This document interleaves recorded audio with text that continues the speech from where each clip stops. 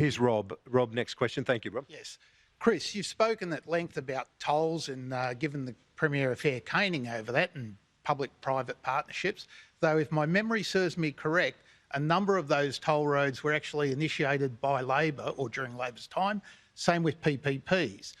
Now, you've also slammed the Premier over spending, and I'm concerned about spending from both of you. Sure. You've spoken about capping tolls at $60. Where's the money coming from? How are you paying it, and how much is it going to cost?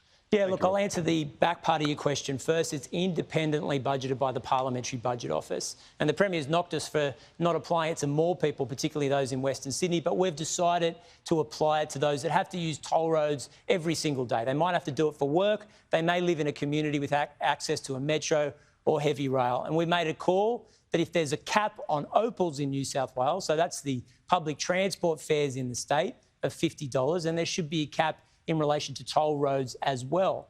Now, those rebates going back to people to use essential infrastructure happen in toll roads, they happen in relation to energy, they happen in relation to a whole range of things that have previously been privatised. And what I'd say to you is privatisation's gone way too far. I take your knock that previous Labor governments have pursued those policies. I won't. And to give you the evidence, I was in Parliament when legislation was moved in relation to privatisation. I was a backbencher. I wasn't a senior top dog inside the Labor Party, but I voted against it. And I made the point as soon as I was elected that privatisation goes one way, and that is increased prices paid by you, the people of New South Wales. I think the state's had enough of it, and we're running on a platform to not do any more of it. Well, Rob, can I just address that?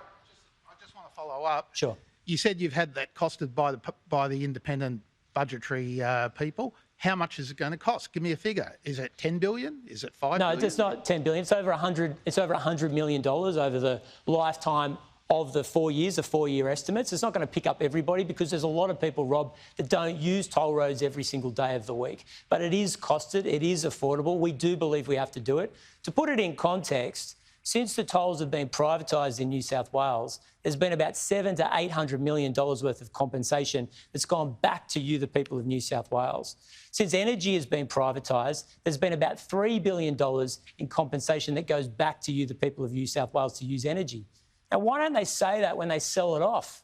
It's never on the sticker price. There's always the price they get for the sale of the asset, but the Premier and the Liberal Party never say, at some point in the future, it's going to be so expensive, we'll have to pay you to use an asset that you used to. Let's hear from the Premier. Well, Rob, Chris is wrong.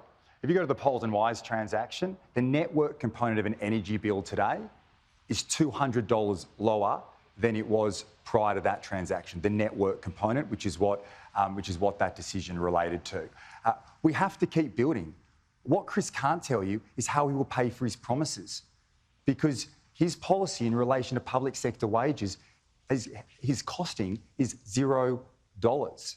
That is not going to happen. And what happens then is expenses spiral out of control, and that has real consequences. That means the projects can't continue to be built. Where you've built over 200 schools, 100 new schools on the way. Our hospitals, we're building and have built over 300. These are record investments that transform people's lives. Our strong financial management has enabled us to do it. Sometimes those decisions are difficult ones, but they're the right ones. So we need to keep building, moving forward. Under Labor, projects get cancelled, and that has real consequences. Jobs are at risk. We have to keep looking to the future. We've got to keep building. We've built $178 billion of infrastructure because of the decisions that we've made, and going forward, $116 billion more. That's more schools, more hospitals, 5 new motorways over the next 5 years. That would never happen under Labor. It would never happen under Labor because they don't manage their budget, so they'll come after yours.